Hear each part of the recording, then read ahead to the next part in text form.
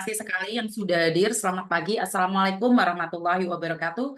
Berkat Tuhan mengalir atas hidup kita semua. Semoga semua makhluk hidup bahagia, baik yang nampak maupun yang tidak nampak. Terima kasih. Saya baru saja standby. Agak telat ya, seperempat jam karena ya masih bombah.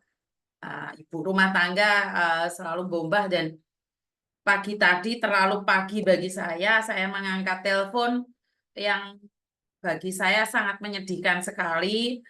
Ada seorang anak yang nelpon saya dengan jeritan hati yang begitu dalam, seolah-olah ada luka yang tidak bisa disembuhkan sampai saya bilang, "Dok, tak sambi karo umbah-umbah oleh ya, Dok ya."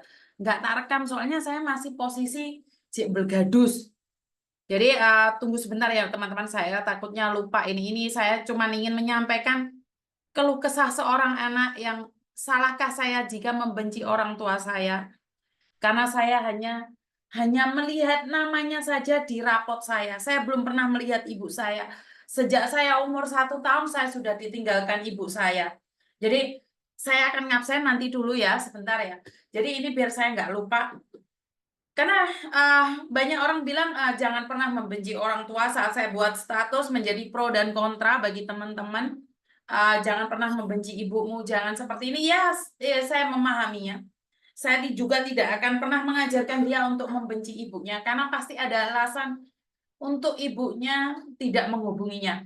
Jadi buat kamu, Dok, yang tadi pagi telepon saya, cerita tentang keadaanmu, eh, saya secara pribadi meminta maaf, bukan saya tidak ingin membantumu dalam hal ini ya, Dok ya. Karena ini adalah menyangkut nama keluargamu juga. Bu Nuri, terima kasih yang selalu hadir ya, Mbak Adista. Tapi saya cuma ingin bilang satu hal, Dok. Ibumu pergi pasti punya alasan. Itu yang saya sampaikan pada Gendok. Tapi tahu nggak apa yang dia katakan? Alasan apapun juga, saya sekarang sudah dewasa. Saya mengerti suami istri akan terjadi pertengkaran. Tapi kan korbannya bukan saya. Kamu boleh membenci ayah saya atau kamu bermasalah dengan keluarga ayah saya. Tapi bukan berarti engkau pergi dan tidak memberikan kabar apapun padaku. Saya nggak bisa ngomong apa-apa. Sepagi tadi, jam 6 air mata saya tiba-tiba menetes. Karena dia cuma pingin menyatakan bahwa saya ini seperti apa dan bagaimana ya. Jadi seorang anak yang kehilangan ibunya ternyata tersakiti. Bahkan waktu di sekolah dibully. Jadi waktu sekolah anak ini dibully, Mbak. Dari kecil itu dibully. Jadi sekali lagi karena anak ini dibully, jadi mental dia down. Dia sama sekali tidak bisa apa ya, merasakan sebagai anak kecil. Saya tidak menyalahkan juga anak ini. Saya tidak berani juga menyalahkan ibunya karena itu adalah hak asasi manusia. Si anak ini hanya ingin bilang bahwa maafkan saya Miss Yuni karena saya tidak bisa memaafkan ibu saya untuk saat ini. Bukan karena saya membencinya, tapi karena masa kecil saya, semua teman-teman saya digandeng oleh ibunya. Sementara saya digandeng sama nenek saya. Saya cuman gimana ya? Saya nggak bisa ngomong apa-apa ya, karena uh, si anak ini mengatakan bahwa dampak dari pembulian anak waktu dia masih SD itu masih membekas dalam hatinya.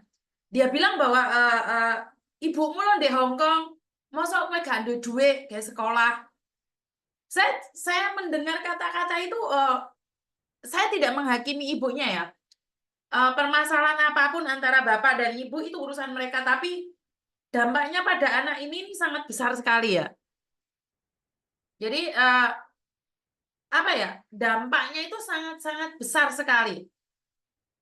Jadi kalau kalian melihat konten saya di awal, mungkin kalian paham ya bahwa anak ini besar hasil dari pembulian. Baik tetangganya ataupun teman-temannya. Ini saya minta ya, saya mohon buat guru-guru SD ya. Kalau melihat anak-anak kecil dibully, tolong diperhatikan juga ya, karena dampaknya itu sampai sekarang. Dan ini anak masih apa ya, masih kecil. Waktu itu dia masih kecil, dia itu dibully di sekolahan bahwa dikatakan bahwa ibunya itu hilang. Kowe kira duwe ibu. Terus habis itu si anak ini curhat sama gurunya. Malah gurunya bully sekalian. Alah kamu itu dikit-dikit wadul. Dikit-dikit wadul. Nah, ini saya mohon ya buat guru-guru SD. SMP mungkin sudah agak bisa dewasa ya, tapi ini masih SD dibully ugal-ugalan. Ini sebenarnya kalau saya deket sama sekolahannya tak parani loh sekolahannya Regi. Jadi kenapa? Karena anak ini sudah terkena mental dan air matanya grotos-grotos saat dia bilang apa? Saya itu cuma lihat ibu saya itu di rapot, namanya saja di rapot. Saya nggak bisa berkata-kata apa-apa lagi ya Mbak ya saat dia mengatakan bahwa saya itu belum pernah lihat ibu saya cuma tahu ibu saya itu dari rapot saya. Salahkah jika saya membenci ibu saya? Saya tidak bisa ngomong apa-apa ya Mbak ya. Saya no comment karena saya tidak ada di posisi anak tersebut. Kalau kita ada di posisi dia, mungkin kita akan mengatakan bahwa, kamu nggak tahu bagaimana pengorbanan seorang ibu seperti apa, seperti ini. Iya, saya paham. Pro dan kontra pasti ada. Itu pasti ada ya, pro dan kontra itu pasti ada. Jadi, saya sangat memahaminya. Tapi kalian paham nggak mental anak ini? Mental anak ini seperti apa? Saya mendengarkan kata-katanya saja, saya merasa bahwa seandainya ibu saya punya masalah dengan bapak saya, itu urusan mereka, karena mereka orang dewasa. Itu orang dewasa, saya tidak ikut campur, karena saya tidak tahu apapun. Seandainya saya boleh memilih, saya pun ingin memilih ibu dan bapak yang romantis, keluarganya yang baik-baik saja. Tapi kan saya tidak bisa memilih dilahirkan dari rahim siapa.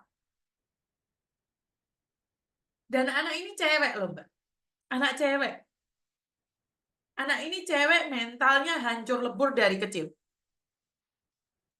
Jadi saya nggak tahu nih permasalahan apa yang kau buat dengan suamimu.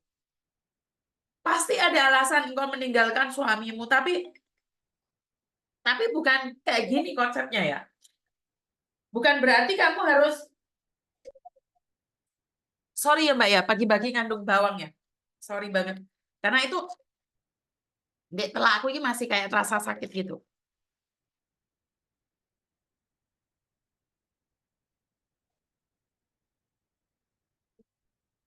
Saya tidak membela anak ini ya. Saya tidak membela anak ini karena saya nggak kenal anak ini.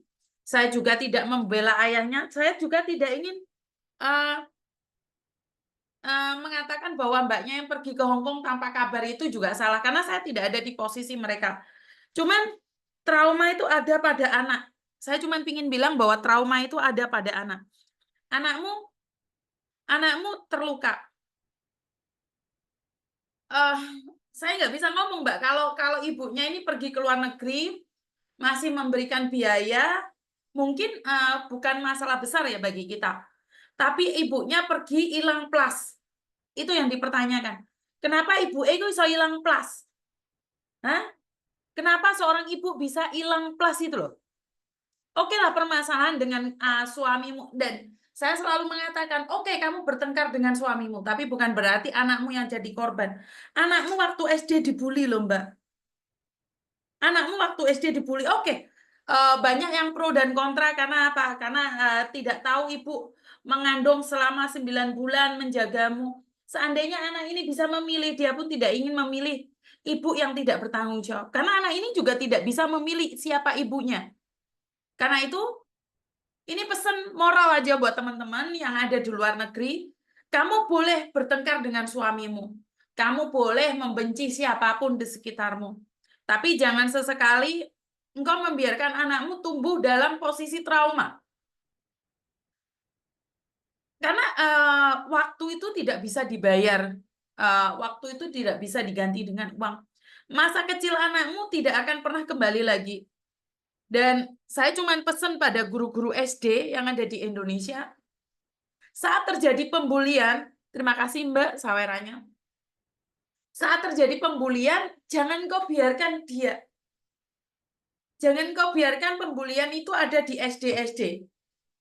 Saya merasa sangat-sangat sedih sekali ya. Karena anak ini bukan trauma karena ditinggalkan ibunya loh.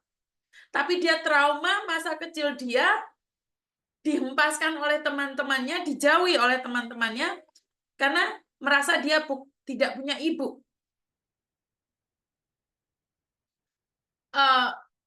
Saya tidak ingin larut dalam sebuah luka ya. Tapi saya cuma ingin bilang bahwa kebahagiaan anak itu tidak bisa diganti uang. Tapi bagaimana kita bisa membahagiakan anak kalau nggak ada uang? Otomatis pendidikan anak juga penting.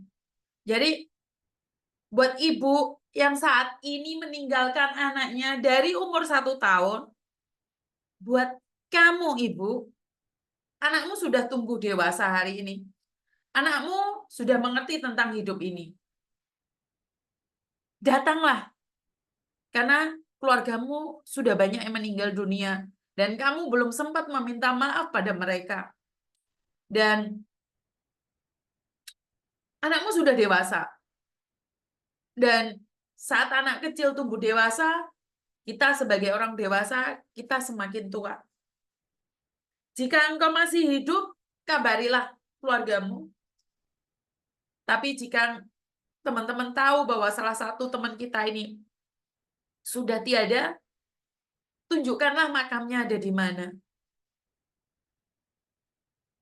Saya sebagai seorang wanita, saya tidak akan pernah mengajarkan pada anak-anak saya untuk membenci ibu.